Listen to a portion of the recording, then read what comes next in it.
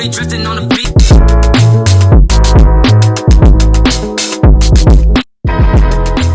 Hey, what's going on, everybody? Welcome to another episode of TalkNSupes. I'm Ed from Ways of the Sith, and with me is my co-host, Ande. What's going on? We got it right this time. First and foremost, I just wanted to apologize to anybody who was watching on YouTube. We had an issue at Riverside where the audio and the video did not sync up correctly. Hopefully we don't have that issue again, but it did create some problems on playback. I even had a tough time watching it myself, so if you are a YouTube subscriber, I'm sorry about that. We did end up starting a separate YouTube channel for TalkNSupes. So if you just go to YouTube and you search TalkNSupes, the YouTube page should come right up. We are going to be posting the episodes there from now on, as well as some of the clips, and we'll still be sharing them between our both channels. So you'll get to see it as many ways as possible, hopefully to expand the audience and have everything in a centralized location. We also started an Instagram page, so you can follow us at TalkNSupes on Instagram as well. Again, just to kind of streamline things and make things a little bit easier for people to find stuff and tune in. But this week we got a lot to talk about. First and foremost, we're gonna be talking about this Paramount deal, I think, until it goes through, because I feel like we're constantly gonna be having some things that occur as this process, goes on for close to maybe 14 months.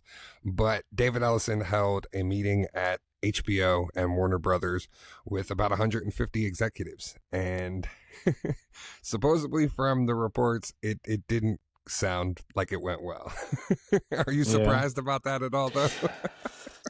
No, because we already spoke about how this was going to be a good deal for them. And I mean, just looking at the way how other things that are going on with it, especially with like the stuff that's happening with UFC and all that stuff, it's just Paramount they're going a whole other direction that I just doesn't feel like it's going to be right for where majority of these studios want to go. So I mean, we expected this to happen. So here you go. Let the games roll. Yeah, we definitely saw that stuff come out with John Jones and the UFC talking about the White House fight, and then Ronda Rousey even throwing shots at Paramount and UFC during her press conference for the fight. Right. But from what the report said is that many execs left the meeting disheartened. They seemed that there wasn't actually a plan in place from David Ellison, and many felt like the meeting with Netflix went way better. That Ted Sarandos, when he came and visited, that he came in, he had a plan, he had a way of like how he envisioned the studio going, and it seemed that many sources do not trust David Ellison and like basically came in with no plan, no anything. So, you really don't say. I find that alarming, obviously. But obviously, when you look in the contrast of Netflix coming in, Netflix came in, they met with the top execs right away. They sat down and had a full layout of, hey, this is what we want to do. This is how we plan on approaching things and attacking things. And Ellison didn't have anything to say. It goes back to what we were saying a couple weeks ago when we were talking about all this, that there's going to be a lot of layoffs that are going to happen in this merger. There's going to be a lot of people that are going to end up losing their jobs. And I think that's kind of why this was only held to 150 people. And there was no like plan put out, because I have a feeling some of these 150 people are probably going to not be there when this deal is all through. Right. Yeah. I just feel like, this is not the best thing that could have happened for Netflix, and it's unfortunate. But I also don't understand how Ellison goes into this without anything to say. It's kind of insane, to be honest. But we knew this was going to happen, and this is just a domino effect of everything that we said was going to happen. So I'm lost for words, honestly. Yeah, I'm still skeptical that this deal might actually go through by the time this is all said and done. I'm hoping that it doesn't. Obviously, I'm hoping Warner Brothers and HBO make out with $7 billion and can just walk away from this altogether. That would be really ideal, but I don't know. It just seems like it's already doomed, like from the start, and that just kind of is very troublesome going in. Yeah, and like for nobody to even trust him in going forward with this, it's just like it's without being like well, it's hard to not be political about this situation, but it's like it's so it's so messed up on how how everybody how this deal is going because it's just not fair and like nobody has any say in what can happen right now. So Well, you don't. there are senators from California that are already actively fighting this merger and already putting plans in place to basically, you know, bring this in front of Congress, and so I guess we'll see what happens when it's all said and done. Like I said, there's a lot of things that can happen in 14 months. This money is leveraged from overseas and other parties, so there's always a possibility that something could fall through. There's a war that's about to start and going on currently, so you never know what can happen and if that money ends up falling through. Right. We'll see what happens with it, but who knows? But we'll have some more stuff from Paramount later on. Okay. So we have some more news about this new Lord of the Rings movie that is coming. Still undecided if it's going to be a trilogy of movies or if it's just going to be one single movie. But they did cast Kate Winslet and Anna Taylor-Joy to sign on to this. I'm still really unsure as to like how they're going to do this. So if you're not familiar, the movie's supposed to take place during like before Frodo actually gets the ring. So it's Okay. gonna be like a small pocket of time, but they're Mm-hmm. gonna try to fit possibly 3 movies into this like small window. I guess it's in the books. It's literally just a couple lines that are talked about, like this hunt for Gollum that they went on previously looking for the ring. But Yeah. I'm guessing they're going to try to flush this out and make this a whole movie because the IP's there and Amazon's IP of it has been kind of middle of the road, I guess we could say. You know what I mean? With Yeah. Rings of Power. Mm-hmm. Mm-hmm. So it seems Peter Jackson and the estate and Andy Serkis, who played Gollum, is going to be actually directing this. So And this is going to be live action, right? It's not like yeah, the animated version. no, live action. The last one they did was animated, that was on HBO or whatever it was. Mm-hmm. But this one is going to be live action. Pretty much everyone from the original cast is coming back. So Ian McKellen's coming back, Orlando Bloom. The only one I did hear that is not coming back is the actor who played Aragon. So they are Okay. apparently going to recast him. Viggo Mortensen isn't coming back. So I guess they're going to recast him with a younger actor because I guess it's supposed to be, you know, before the original like Lord of the Rings saga. So Right. that's what I've heard is that they're apparently going to recast him, and then Kate Winslet and Anna Taylor-Joy signed on. And I'm a big fan of Kate Winslet. I'll watch her in anything. Well, ever since I was a kid, going back to Titanic, like I've been in love with Kate Winslet, so I will watch her in anything. Mayor of Easttown is like a fantastic show. If you haven't seen it, go and watch Yes. it. Yes. Yes. And then Yes. Anya Taylor Joy, she was in. I still want to see her Yeah, come back and play Magic. Like I thought she Mm-hmm. was good in the New Mutants movie as Magic, and I would be fine with seeing her come back. So I'm all for having Okay. them both involved in Lord of the Rings, Mm-hmm. especially if they're going to be elves or you know bigger Yeah. parts of the story. I'm cool with it. So Yeah. Same. I'm down for this too. I'm always good for some more Lord of the Rings. Yeah, my Lord of the Rings history, or lore, I should say, is as far as it goes with just the mainstream stuff. Other than that, I'm not even not even hip to it. I'm not gonna lie. yeah, so I've read the books. I have all the books. I have the Silmarillion. I've watched Rings of Power, and I'm starting to get into Rings of Power as it's gone on. The first Yeah. season was tough to watch and tough to get through, but the second season was a lot better.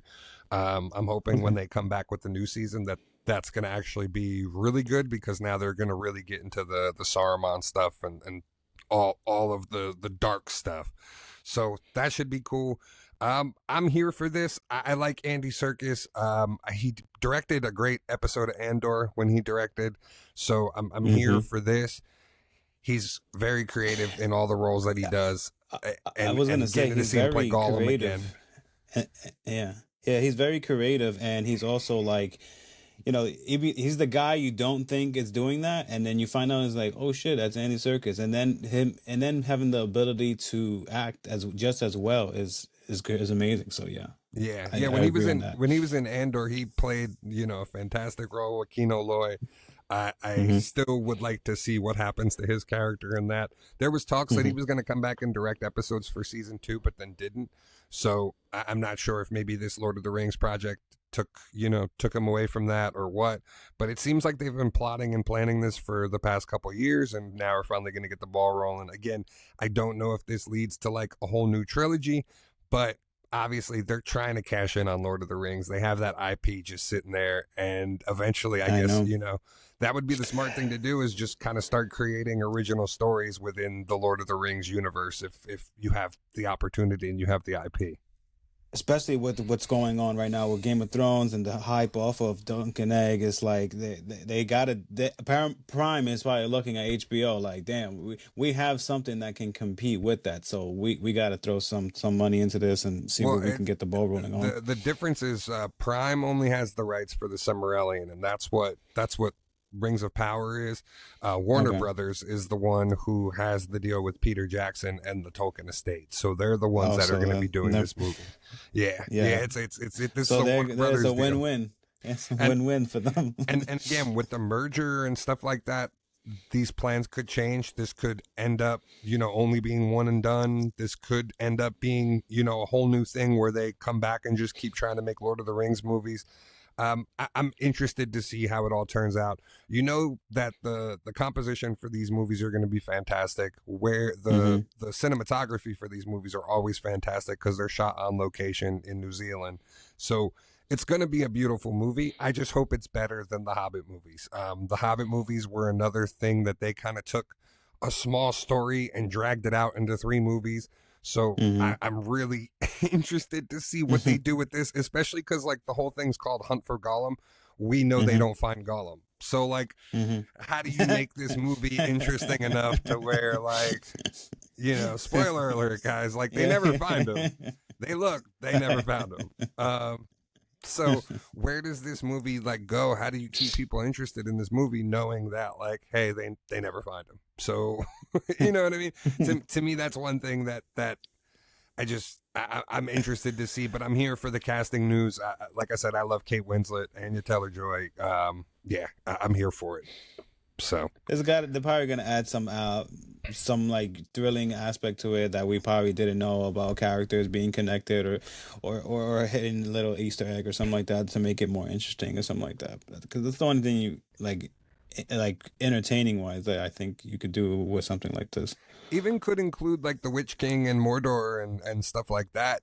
Like they're hunting, Yeah. Gollum too. Like you could make it compelling. I don't know what they're gonna do. Like I said, there's not much in the actual books and like a leeway for like a blueprint. So it's gonna Hmm. be interesting to see how they like totally craft this original story, essentially. But I'm glad everyone's coming back. Like, of course, that's the great part of Lord of the Rings that you can get everybody back. And I did hear Elijah Wood is going to be like in the movie, even though he's not going to be like part of the whole movie. Like he is, I guess, maybe going to be in the intro, like he was in The Hobbit, or Hmm. whatever the case may be. But they all are coming back, so that should be cool. Um, Dope. Last week we got into like a comic event. We talked about DCKO in full, and this week I wanted to discuss something with you in the state of comics and the state of the X-Men. um, so Dun dun. You should play the Law and Order sound effect right there. so for those that don't know, for the past couple years, Jonathan Hickman took the X-Men into all new ground and started Krakoa and basically took the whole line into a whole new bold direction where all of the mutants around the entire Marvel universe and space were all united under one banner. You had a bunch of multiple titles that were going on at the same time, but for the most part, you had a whole cohesive line with the X-Men titles where it didn't matter what book you read, you were getting bits and pieces that were all happening concurrently, and it felt like you were reading like one full complete story, which was fantastic. Jonathan Hickman left early because Marvel wanted to continue doing this era. And in the process, he never really got to finish his plan for what he had mapped out for how he wanted to end Krakoa, how he wanted to take the X-Men in this bold new direction. So they ended it short. New creators came on and eventually finished out the story. Krakoa ended a couple years ago now. I want to say about 2 or 3 years ago at this point. And we got the From the Ashes era that started. Tom Brevoort is now the editor-in-chief for the X-Men. He's been an editor for Marvel for a very long time and has a very history career in comics. I just want to make it clear that anything we say is not disparaging him in any way. It's not disparaging any of the creators in any way, but for me, this line feels very disjointed. I know I've tried to get you to read some of the titles that are coming out, especially when like Age of Revelation hit and stuff like that. And I know you had some critiques and your feelings on how some of those books were. Right. And I just went through my I was just organizing my box today, and I passed by those today, and I was like, I don't even know why I have some of these in here.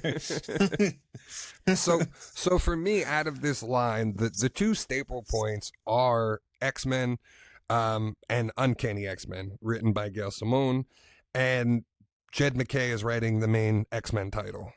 Both lineups of the teams are characters that I absolutely love and adore.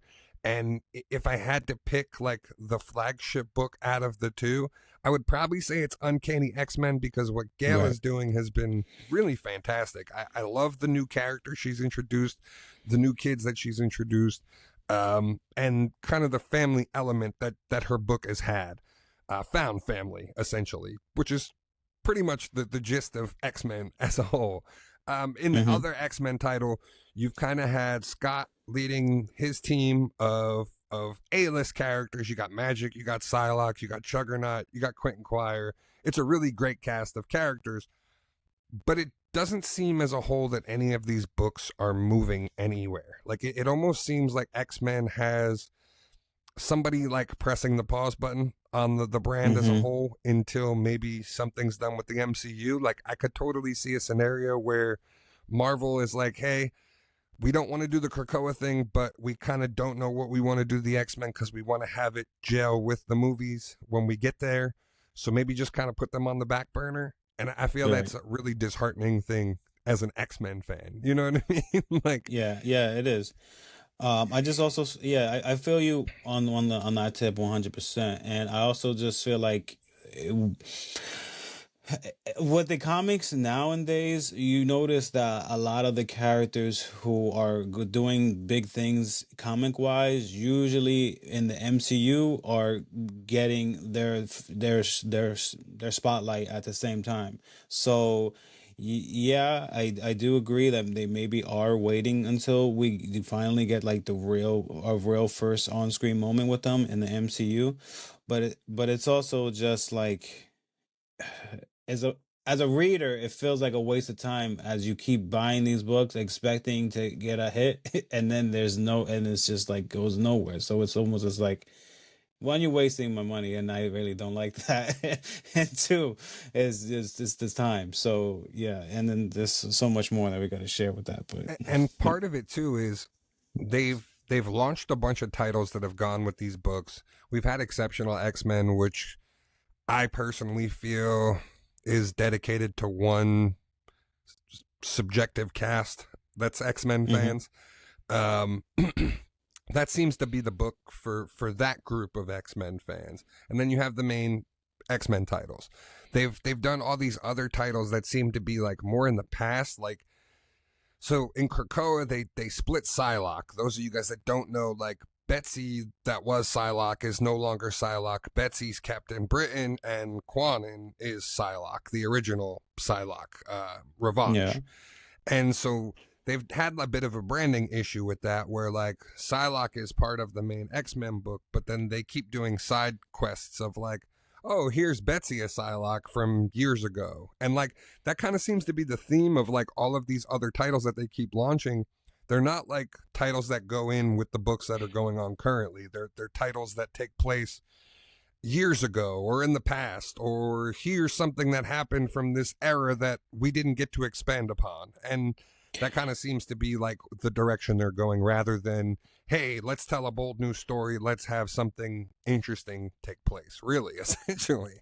Right. And like this is one of the things why I appreciate the Chip Zdarsky run with Captain America and all he's doing with going into this new Armageddon run stuff is that like even if you haven't been keeping up with these characters, you walking into these comics for the first time and you can understand exactly everything that's going on.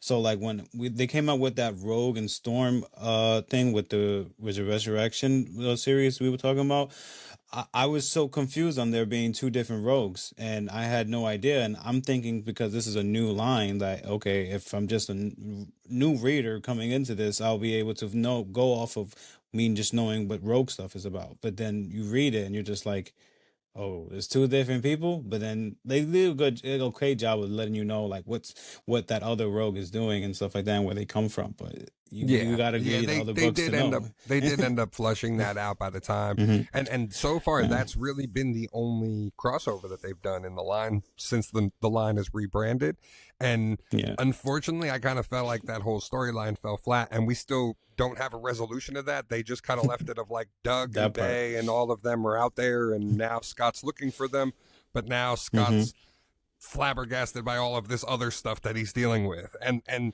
speaking of Scott, so this week, the book X-Men United #1 dropped, and this was supposed to be kind of the book for Krakoa fans, for people like me that wanted more cohesiveness of the line, wanted to see more of the characters together rather than separate, because that's kind of what we were used to with Krakoa. Everybody was together, so everybody interacted with everybody, and you had this ruling council, and you constantly got to see the characters that you enjoyed seeing.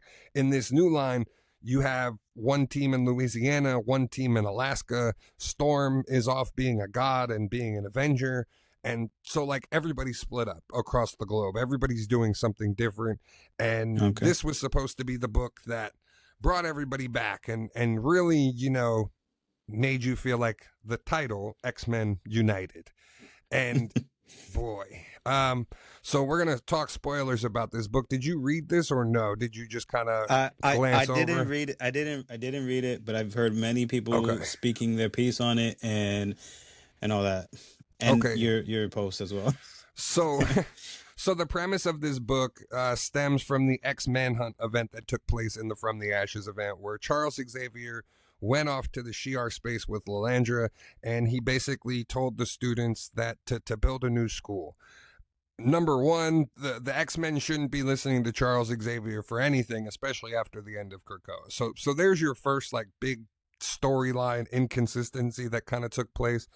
But in this, Emma and Kitty and the exceptional cast essentially are the headmasters and the students that are running this whole entire school. And the school doesn't actually exist in the physical realm. So it's all a telepathic school, basically. So in the Hmm. real world, you have the X-Men basically just like conked out someplace and they're in the school. So red flag there of like immediately somebody could just walk up and kill any of these mutants that are just like in, zoned out. So like, Yeah. but Emma apparently put in all these defenses and put in like stuff, but they're using Sinister tech to do this. So again, we're going right back to Sinister. Sinister was the end of the entire Krakoa arc. We don't like leave him alone for quite a while. We don't need to go back to that again. But they found a way to make Scott the bad guy in all of this, and kind of Scott's the only one who's like using logic here and saying, wait, so the school's not physical. Everybody is in danger when they come into the school here because their bodies in the physical realm are just left alone.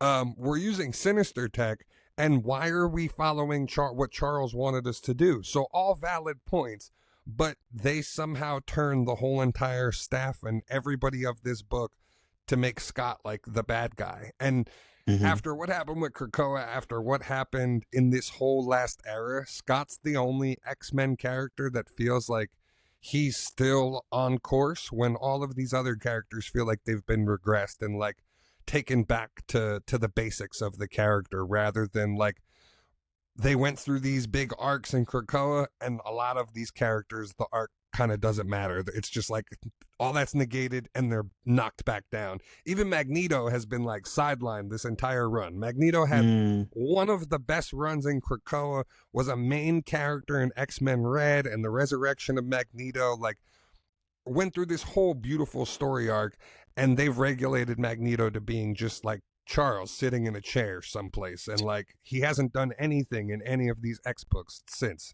So I don't know. This book is not it. Like this issue was legit one of the worst X-Men books I've ever read, and I've been reading X-Men for over 20 years. So like when I've been through the Inhuman and X-Men era, I know we've had some lows, guys. I've been through the 90s. I saw all that. Like, but this reminds me of the Inhuman X-Men era of like, oh, we don't know what to do with the X-Men. We don't want to move them forward, and we don't want to like propel them. So they're kind of just in a holding pattern. Let's just kind of run back some old storylines that we did and just kind of put it all on Scott now since we don't have Charles around.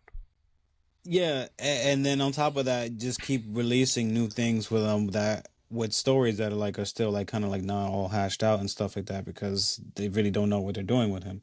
Well, and then they also have two other, like they have a separate Cyclops book going on that we talked about a couple of weeks ago, and then they have another X-Men book that Cyclops is the main focal point of. So it's like you have three different versions of Cyclops going on concurrently in your line, rather than like all of those books painting one similar version. Each one kind of paints a different version of the character, and like I guess it's up to you to decide which version of the character you like and which version of the character you want to read. But to me, that doesn't scream like go pick up an X-Men book, go read an X-Men book. Like I feel like this is the time where a lot of people are just like jumping out of the line. That's exactly how I feel with Wolverine too, because when I went to the comic store the other day, I saw the Armageddon stuff, which I'm really liking, but then I also see there's a Wolverine there too. But it's like there's that Wolverine, and we talked about the other Wolverine that I don't really like, but I'm just like, I'm gonna just stick to this guy because of this stuff that I've went through with the X-Men stuff. I'm like, I'm just gonna stick to one thing because I'm not trying to get confused again. Yeah, and I haven't. I'm never a solo Wolverine book reader. Like I'll never. It's just not my thing. Like if I want to read Wolverine, I can pick up 100 other books and read a Wolverine. And Gail's doing a fantastic job writing Wolverine in her book. I really love Death Dream. Ransom has been such a cool character that they brought on, which is a South American character, like who's related to Roberto. So like it's just cool to see like how some of these creators are taking what they're given and like expanding upon the lore and building out some stuff.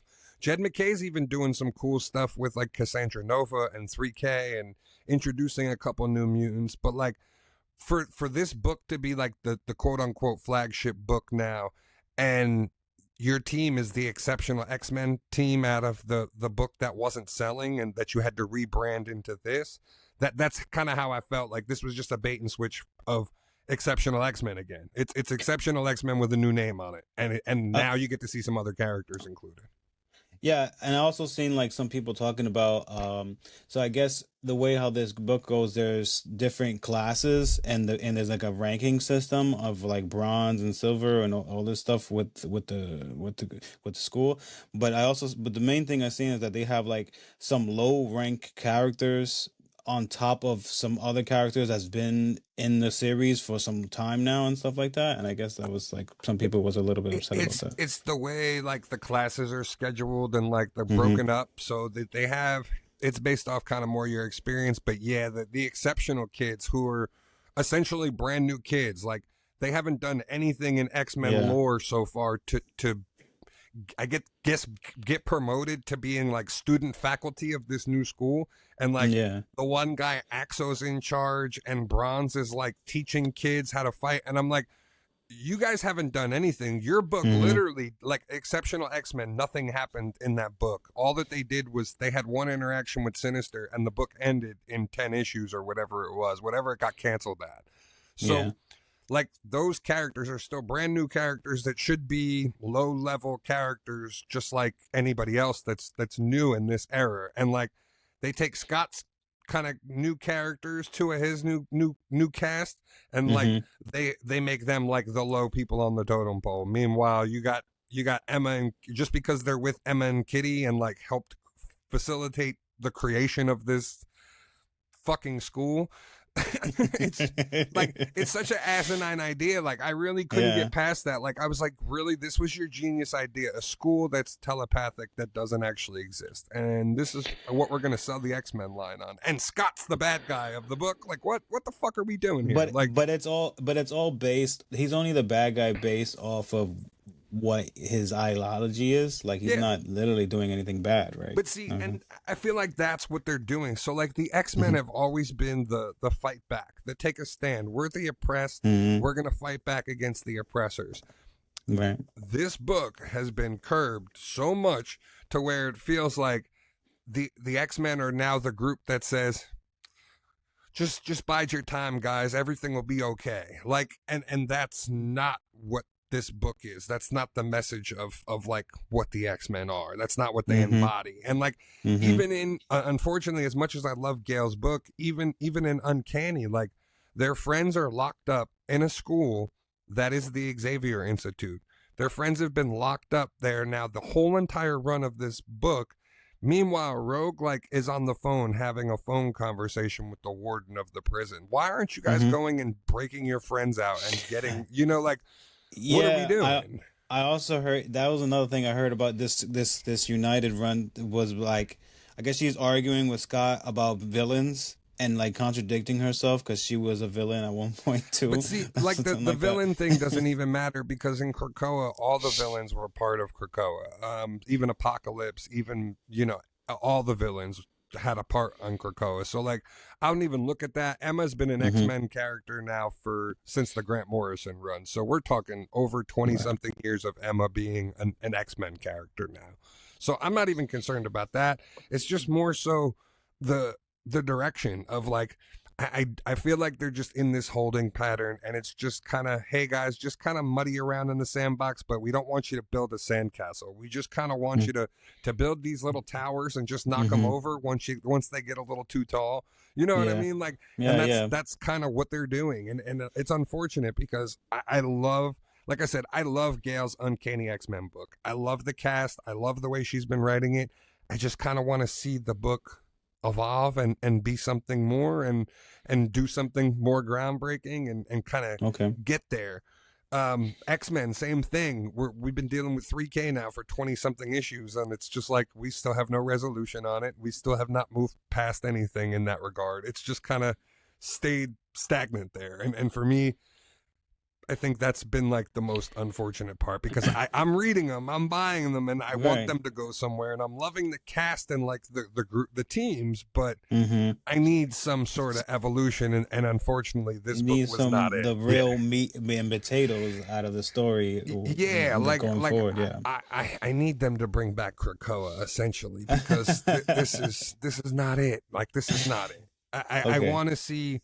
I want to see the X-Men be like the top tier characters again, like I know they can be, and So for me with that though, do you what of the run was left last time that you was really enjoying X-Men that you feel was most like anticipated and was was one of the better runs besides the uncanny stuff, so but maybe that might be something that they can use as like ammo to like move forward with and do something like that. well, the good thing is we have X-Men 97 season 2 coming. That's true. And They there's a prequel for that too, comic wise. That's what I was just about to say. The Yeah. good that we can look to is that we're getting an X-Men 97 season 2 prelude comic that they announced.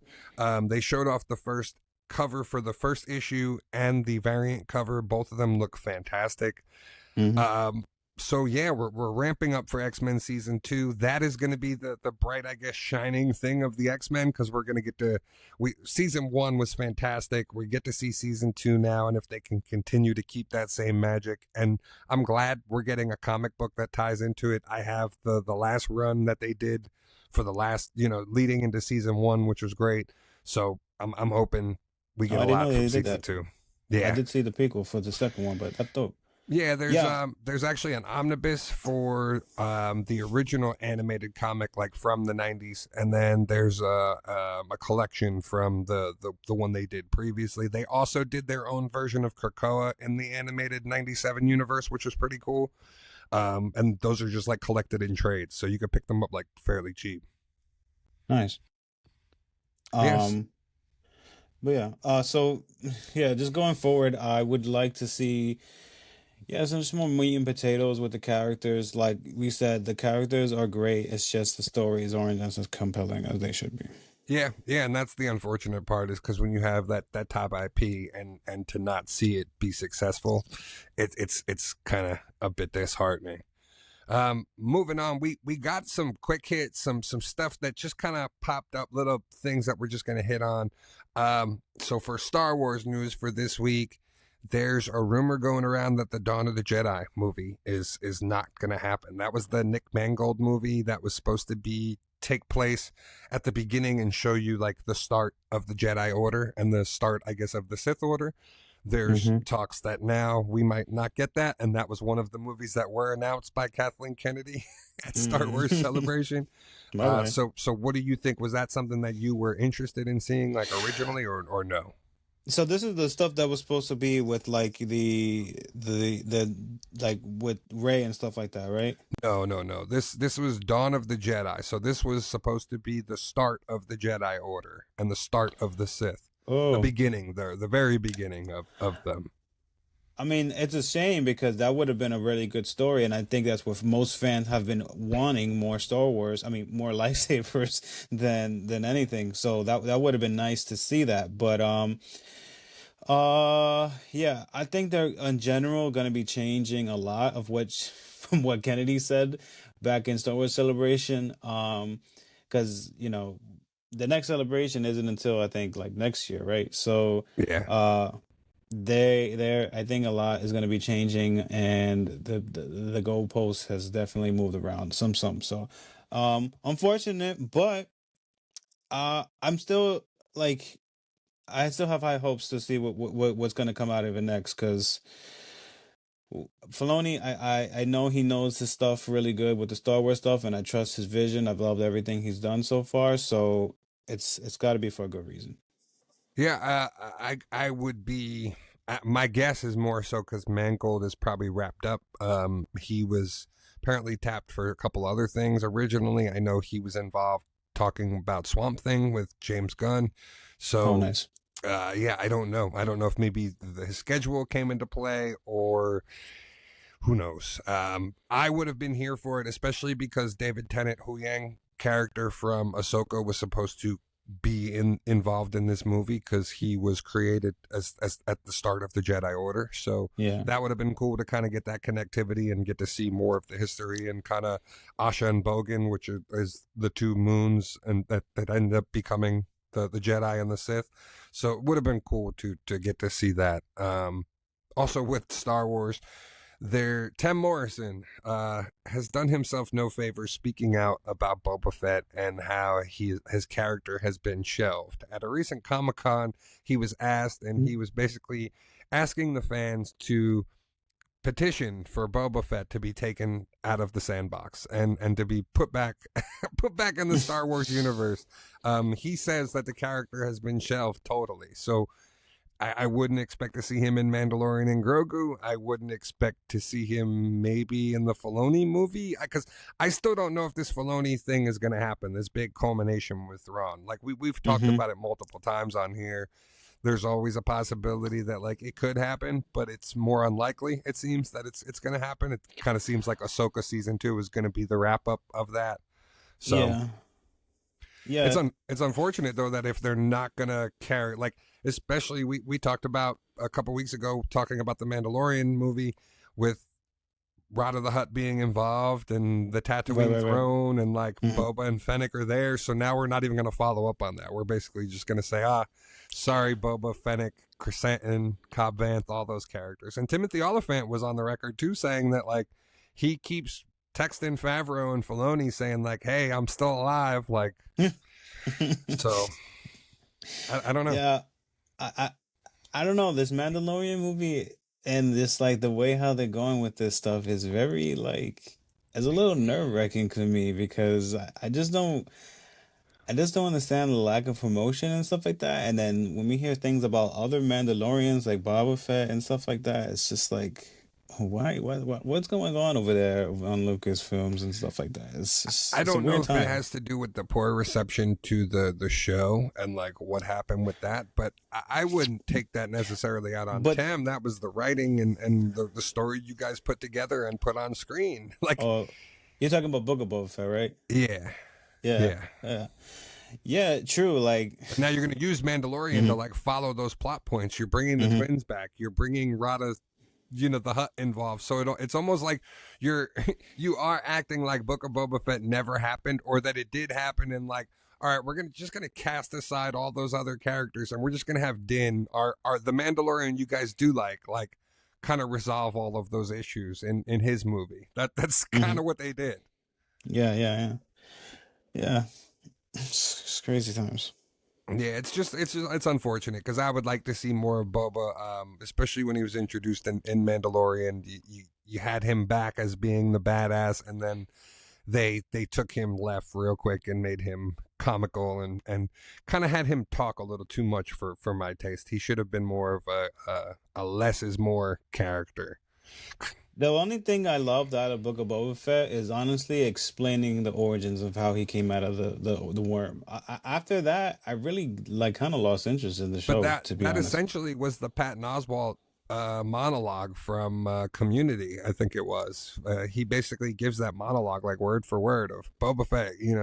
The sand on Tatooine, and your hand emerges out of the Sarlacc pit, and that's Hmm. exactly what they did. They did it like shot for shot. It's funny if you search it on YouTube, you can find some Yeah, people who have paired up the Patton Oswalt story like with the opening scene of Boba, and it's literally shot for shot. It's so funny yeah, that's what they that's ended funny. up doing. I know you're a big anime guy. Avatar: The Last Oh yeah, Airbender, the sequel. So they did announce that they were going to be doing a sequel animation to the original cartoon. So right. it was gonna follow the characters being older. It was supposed to be released as a movie in March, and Hmm. apparently the director came out and says that Paramount shelved the movie. They pushed it back, and they're moving it from theatrical to being a strictly streaming. So apparently it's going to drop on Paramount Plus now instead of rather being like a theatrical release. Were you hyped for this? Was this something like that was on your radar? Dude, I've been waiting for this sequel for more than just when it was just announced. This rumor has been around for years already, and the fact that now that we finally have a date. I mean, at this point, I just need to know what's going on with Aang right now. I'm glad they released some like images of what the characters look like, Mhm. so you got to see them looking a little bit older and stuff like that, and I thought that was cool, but at this point, I'm just ready for some new Avatar. Avatar on Netflix has been getting, amazing reviews, and the second season 2 is going to be coming out where they're going to be talking about like the Earth Kingdom and stuff like that. So Yeah, they it's finished gonna, both seasons for that already. So it's season 2 and season 3 are completely done for the Netflix live action. yeah. So Avatar: The Last Airbender is doing really good right now, Yeah. as far as like popularity wise and stuff. So I'm just glad we're getting more content, and we finally have a date for it. So it is what it is. I wish it wasn't on Paramount, but it's Yeah, gonna do Nickelodeon. Yeah, it's a Nickelodeon property, it. so it falls under Paramount. But it's unfortunate that it went from being a theatrical release, and especially during this Paramount WB thing, where the talk was, oh, Netflix isn't going to do theatrical releases, and then here you are as Paramount taking something Hmm. that was a Yeah. theatrical release and putting it on streaming. So like you're already going against something that you were fighting, tooth and nail over for this merger. So it's just kind of more of the same, like it just kind of continues to prove my point about Paramount and David Ellison being in charge. Hmm. We do It's, have official confirmation. We were talking about lanterns. We have official confirmation now that Aaron Pierre Paul will be appearing as Jon Stewart ooh, in Man of Tomorrow. James Gunn has confirmed it. He had said that was always the plan. So again, do we think it's the end of more. Hal Jordan and It's the you and know? my king will get his shine. Yes, yes. I mean, I love Hal too, but Jon Stewart, Jon Stewart. It's going to be interesting. I think he's going to pair really well with the Superman that we have, and it Yeah, looks like that's Man of true. Tomorrow is going to be a Justice League movie without the full Justice League. Like it looks like Mm-hmm. they're assembling that. Hawkgirl's coming back. All of the Justice Gang is going to be involved. We're going to Mm-hmm. have Lex being involved in the movie in his power suit this time, like working with Superman against Brainiac. So I don't know. I don't know. Do we get a Wonder Woman? Do we get a Batman in this too? I'm also really intrigued to see what they do with Savage Run on Peacemaker's tip. Like that stuff has me really, really interested. I mean, Like, and how that's gonna merge. Salvation Run. Oh, Salvation. Yeah, sorry, Salvation Run, and how that's gonna merge with Superman or Supergirl or Superwoman. I don't. So it's not going to have anything to do with the Supergirl movie. I don't think. That's going to be the Woman of Tomorrow book. From what it seems, I Uh-huh. don't even know if the whole Brainiac thing is gonna be part of the Salvation Run. Like I don't even know if we're gonna see Peacemaker in Man of Tomorrow. Like we still might not get answers for that for a little Yeah, while. I think I that don't won't know. be till after Superman is a Man of Tomorrow. Yeah. It's definitely going to be interesting. I also think for Peacemaker, there's going to be some answers in Clayface. Okay. I think we're gonna find out that Clayface is Frank Grillo's character, and that's why he was acting so out of character in Peacemaker at the end of Peacemaker, is that it's Clayface. If you Mm-hmm. go back to the Monster Show and the beef that Clayface and him had from there, it would all make sense with what James Gunn was setting up. So it I would be didn't cool think. to Yeah. see if that is the case. Mm-hmm. Also, Stewie from Family Guy is getting his own spin-off TV show now. That was announced. It's basically going to be Stewie traveling interdimensional realms like Rick and Morty, basically, with Yeah, I was Stewie. about to say, like, what? It's essentially, that's basically the gist of it. It's Rick and Morty just with Stewie and his friends. And Stewie's going to be taking Rupert and a couple, I guess, of his classmates that they're going to introduce, along on these adventures with him. And yeah, so this is the third Family Guy spinoff that we're getting now. It's interesting that it took this long for it to be Stewie, but it's interesting for sure. Trying to, I think with the success of Ted and like those dynamics between, like, it's almost like the Ted dynamic is almost like a Brian and Stewie dynamic. That's the way I see it. So they probably would just like, well, let's just take it back to the basics and use him because we might get more people to watch. But and because I don't know, I haven't. I know Ted 2 is out right now. Well, Well, the young Ted. Did you yeah, say young Ted version? the next, I was just about to say, season 2 of the Ted TV show is coming Yeah. out. Mm-hmm. And it was also announced that they're going to be doing a Ted animated show where Mark Wahlberg and Amanda Seyfried and all the characters are going to be coming back to voice the animated version. So Oh, okay. Ted and McFarlane are going to be rolling in it because he looks like he's got a bunch of properties that are launching off of that.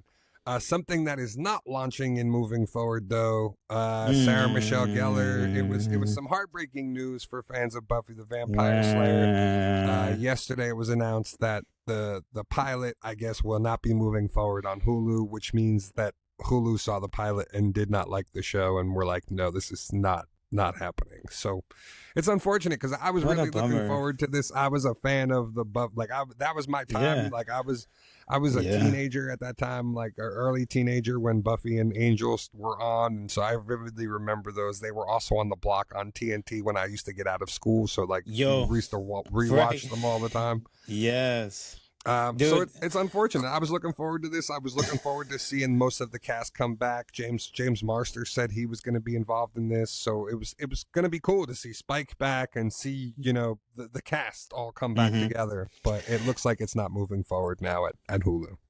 Speaking on impact of Buffy, I mean Buffy and Angel in general, that was like my shit too. Right after school, it was always on as a rerun. But I would never forget the day of when they it was an episode of Angel, and I don't know, it was like a puppet episode where like these evil puppets were trying to come Yeah, after this kid. yeah. Dude, that shit's traumatized the shit out of me growing up. That it took me a minute to even watch Sesame Street or the Muppets because that shit was too real for me. Yeah. But it was unfortunate that we're not getting in the season, and like I know about like my sister, she was speaking about it, and she's a big Buffy fan. It was the reason why how I even got introduced to it. So yeah, she was bummed out. She was like, "I'm gonna cancel my Hulu," but it's all Yeah, good. I mean, there is a possibility that the series could move forward someplace else. It just seems like whatever the pilot that they shot, Hulu just wasn't interested. It doesn't sound like it was very good. From basically, if they get the pilot and they don't pick it up, it's usually because the pilot's not very good. So Right. maybe they got to go back and rework it. I don't know if this was something that like she did on her own and like this was just a trial thing. Like I don't know. Mm-hmm. I know her and her husband Freddie Prince Jr. have been like really getting their hand in like production stuff lately. So again, I don't know if this was something that was like her idea or his idea of Mm-hmm. like, hey, why don't we try to get this back off the ground? And they came with this new fresh idea for it. But it's a shame. I really was looking forward to seeing her come back. I'm a big fan of hers, always have been. She's in Star Wars too. Both of them are. So it's unfortunate. Was she like the writer or producer in this? I'm pretty sure she probably had a executive producer title Uh-huh. to it. I don't know. Like that's what I'm saying. I don't know how involved she was in this. If But this was like something that was a passion project of hers trying to relaunch, or if she was the one behind this. I don't know for sure. That's what I'm yeah, speculating. because if that is, but if speculating, if that is the case, like it's weird that they would just shoot her down like that, knowing that she's the catalog and all that, Yeah, and but how long she's had the character. they're looking at it on like if they went out and shot this pilot themselves and the pilot wasn't good, they're not going to greenlight it. That's just how Hollywood works. So that's what I was wondering if this was Mm-hmm. something Hulu paid for and Hulu paid for this pilot to be shot, or if this was something that this was her IP and her Like her own idea, passion project or something. Yeah. and yeah, she was bringing it to Hulu to launch. So she didn't give any kind of clarification in her video. She posted a video on Instagram about a couple hours after like the news actually broke. Jeff Snyder from the Insider broke the news originally, but yeah, it's unfortunate because again, I was looking forward to seeing it. I was looking forward to seeing a lot of those that cast and characters come back, and what they were going to do to modernize it. And from what I had heard, they were going to try to make it a little bit more horror and like a little less Mm, campy, funny, and make it yeah. and kind of lean more into like the vampire and like the horror of it. So it would have been cool to kind of see that take, especially nowadays. Yes. Yes. Yes. And we had talked about GI Joe and the scripts being written for the GI Joe movie.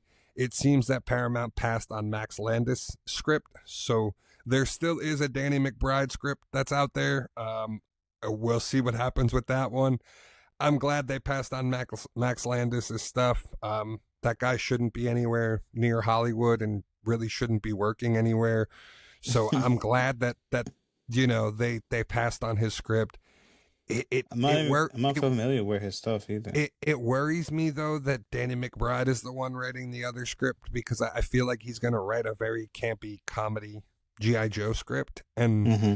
that's not the way they should be doing a live action GI Joe. Like if in my opinion, I'm more happy if they decide to pass on doing a live action GI Joe altogether and just let Robert Kirkman and Skybound Right. do the Energon TV show that Right. they have planned, and Right. just let that be your GI Joe. Make it an adult thing like Invincible, and let that be your GI Joe. Let that be your Transformers going forward, and just build Mm-hmm. that out. If you want to do TV movies with that, or if you want to do actual theatrical releases with that and animation at some point, do that. But like I feel like that's going to be your best way of branching out and expanding this universe. Yeah, but between both of those, Transformers and GI Joe, their animated stuff has always been the thing that gets them going the most. So, and that's where most people would know them from. So, we do work with what works best. So, I agree with you there. Yeah, and that Energon universe has been absolutely fantastic. I talk about it pretty much every month with I the GI man, I Joe know. title. That's So why I it's want this to come out because I want to get put on. yeah, yeah. I mean, to me that's going to be the most successful thing in out of their GI Joe Transformer stuff, especially with Kirkman being at the helm and that Yeah, team. I feel like the animation is going to be awesome. The is it visuals and the indeed? show should be really cool. So I'm hoping that's the way they go. Speaking of something else that's going from live action into animation, Firefly is coming back. People who have been waiting years and years and years for Firefly to come back, you got your wish. Nathan Fillion and the cast announced that Firefly is coming back, but it's going to be an animated series this time, and the entire cast is coming back. So everybody from the original cast of Firefly will come back to voice the characters in the animated version. Pretty cool. Again, I feel like this is a passion project of Nathan Fillion's. This is something he's been trying to do for the past several years, is continue Firefly. That cast is very close. They still do a lot of conventions together and signings and stuff together. So it's cool for fans of the show that you're going to get it back and you're going to get to see, what happens with these characters. So pretty cool. Were you ever like an original into the show Nope. or no? No. Nope, that was definitely past not my time. I was not on the 2000s way It's back it's then. it's a cool show. I want to say it's on Hulu. You can go back and watch it, or it's Yeah. on one of the streaming services. You can go back and watch it. Hmm. It's definitely a cool show. The cast is phenomenal. Pretty much everybody you can think of that's like a popular TV actor or a successful actor. A lot of them appeared. Katie Sackhoff was in the show. Like all these Okay. people that you've seen before are all pretty much were on Firefly. So it'll be It cool to reminds see me, that come back. just like seeing it from images and clips, it reminds me of kind of like Lovecraft Country, if that's kind of what it's like.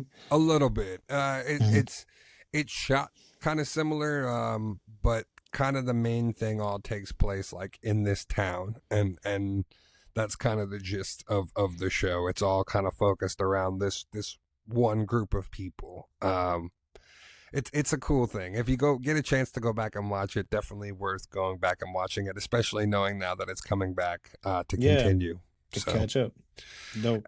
and two movies we were talking about, Spider-Man and Dune 3. It was announced that both trailers will be debuting during Project Hail Mary this week.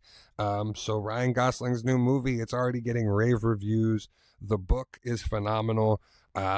I would definitely probably be checking the movie out at some point. I don't know if I'm going to rush to go see theaters. I did read the book.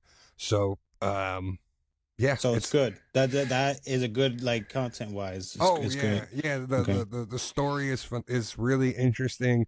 From everything I've heard multiple people say they've gone back. Like people who got early access to see screeners have gone Right. back now and seen the movie like two and three times. So Mm. they're expecting Project Hail Mary to be like a layup of $1 billion movie.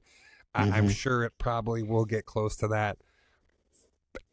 I'm just excited that we're actually going to get to see these trailers finally. Finally, for both movies. I'm excited for Dune Yeah. 3 too. So, getting to see Hmm. Spider Man finally, getting to see all this stuff that we've been talking about for weeks on end, and getting to see Dune 3 now in our first look at that. Like, both trailers dropping with that movie, I feel like it's going to make more people want to go out and see that movie.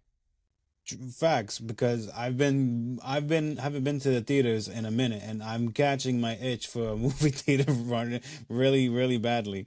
So I can't wait to see this movie because I've heard the good reviews. But the whole Spider-Man thing has been so crazy with, the leaks that we've talked about and different images and stuff. It's just like we got trailers or whatever you want to call those fucking doomsday things before the actual trailer came out, that like now we're finally getting to see Spider-Man. I just hope we get something that is makes sense and is a full trailer, and we can have a really good idea of what is going on with Peter right now and all that good stuff. Yeah, yeah. I just want to kind of see what the premise of this movie's actually going to be, Right. and how they're going to pack all these characters into this movie that we've discussed at length on this show already. So it's definitely going to be interesting.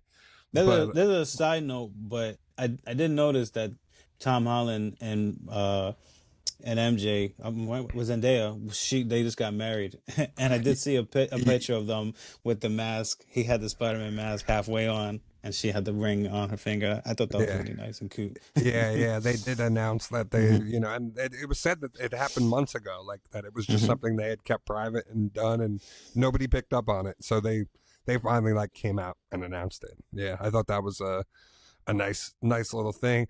I don't Yeah. know how much they're both gonna like.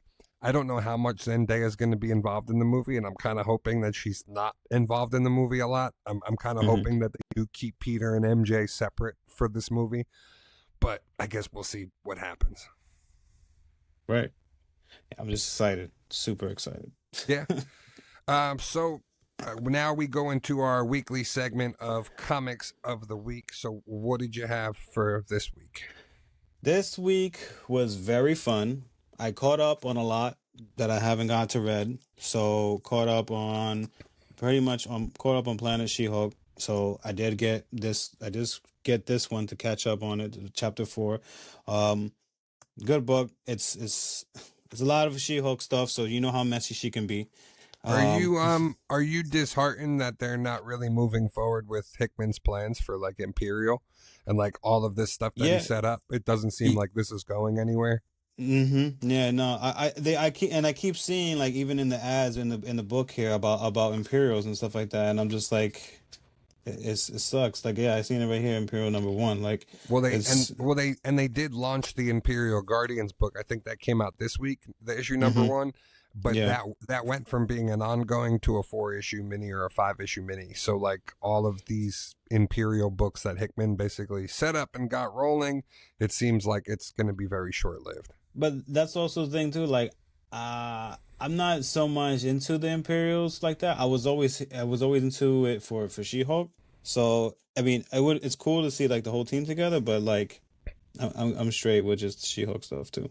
Yeah. And then picked up KU2 84. I thought this was really dope. It's been a minute since he's been here, so this is a 5-part series, but it's basically just an intro of what he's gonna be doing, some more heists and stuff like that. So I wanted something indie this week, so I got that. Of course, Absolute Batman. The talks about the origins of Poison Ivy and just some stuff that's been happening with his mother, and the dynamic between him and Gordon is just immaculate. Also, this was fun. I know this came out before already, but I never had it before. So it was the Invincible and Spider-Man crossover.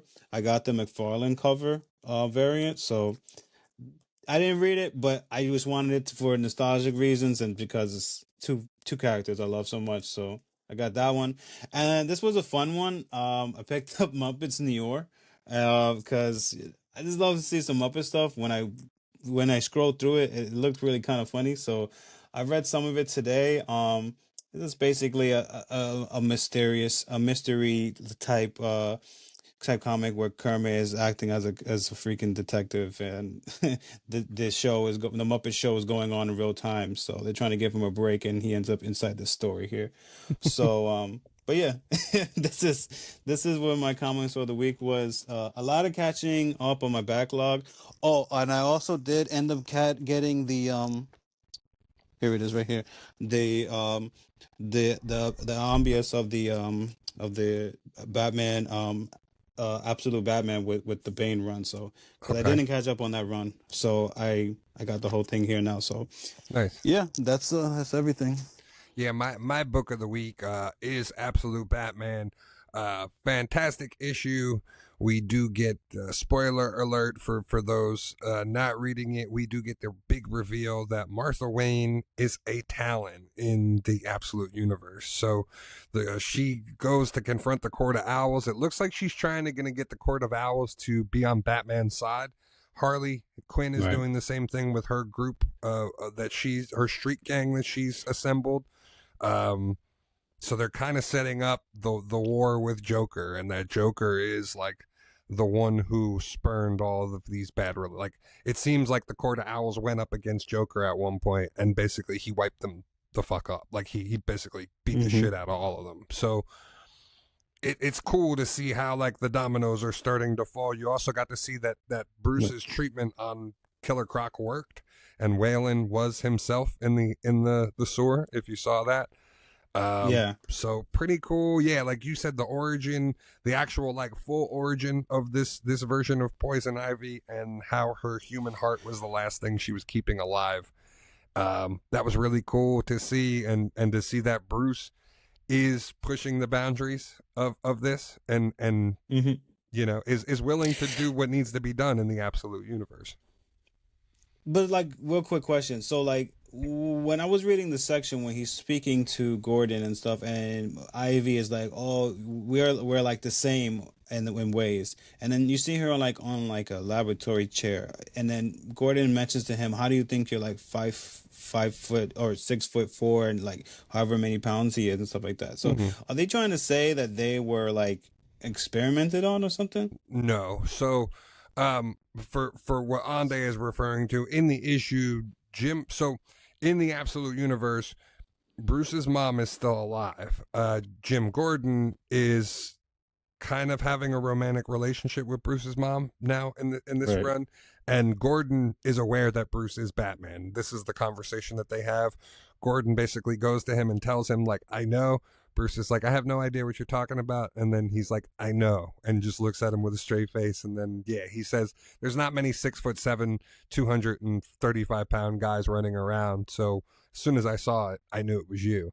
You knew who you were. Oh, okay. In this run, Batman did have experiments done at Arkham. So once you read that Right. Bane arc that you missed out Mm-hmm. on, you kind of get to see Yeah. that Bruce did have some shit done to him, as well Okay. as Waylon turned into Croc, Mm-hmm. Riddler got turned into Riddler, Two-Face turned into Two-Face, and Penguin got turned into Penguin. But Makes sense. Bruce Ivy was more so looking at Bruce as like an ally, and looking at somebody that like he could save the city with her. That because again, Joker seems to be the big bad that ruined all of these people's lives in this universe. That you know they're doing the opposite Mm-hmm. of kind of the Batman came first and then all the villains came. In this universe, Joker came first, and Joker kind of runs everything and is in charge of Everything. everything. So his kind of money and influence have now trickled down, and you see it in the case of Ivy, where you know she was working on this research and these experiments, and you know it failed, and the experiment happened to her, and she ended up having to regrow herself basically, and that's what you saw Yeah. take place in the issue. So it's been cool. Scott Snyder is doing a fantastic job with this. It is probably my favorite book that I'm reading currently. True. Yeah, I just can't recommend it enough. And Mm-hmm. it seems like every issue, for the most part, we get like a first appearance or like a big cameo. In this issue, we get to see more of Yeah. Barbara Gordon. Barbara Gordon kind of takes more center stage in this and helps Batman on the mission. Which I was so surprised to see her show back up because the way he kicked her off last time, I was like, He just like pinned her with a parachute and kicked her off the side of the building. So yeah, to see her climb back up and get involved was yeah. really cool. Coming up in one of I think it's either the next issue. We're going to be seeing the debut of Robin. So Robin. Yeah. we have seen Dick Grayson in the series so far. He was one of the EMTs. You saw his name tag in one of the earlier issues, and then we did get to see his face later on in one of the other issues. But eventually we're going to be getting the debut of Absolute Robin, so that'll be pretty cool. But I can't recommend that series enough, and if you're not reading it, you should be, because it's one of the best out. We do have a bunch of the So new fun. Next Level books coming out this month from DC: Deathstroke, Batwoman, We're gonna get to see Yeah, that's true, Quan. I'm ready for. those new Justice All League right. members take place with Lex and Harley. So it should be cool. Some new stuff, going on. Right. But that'll do Okay. it for this week's episode. Thank you guys so much for tuning in.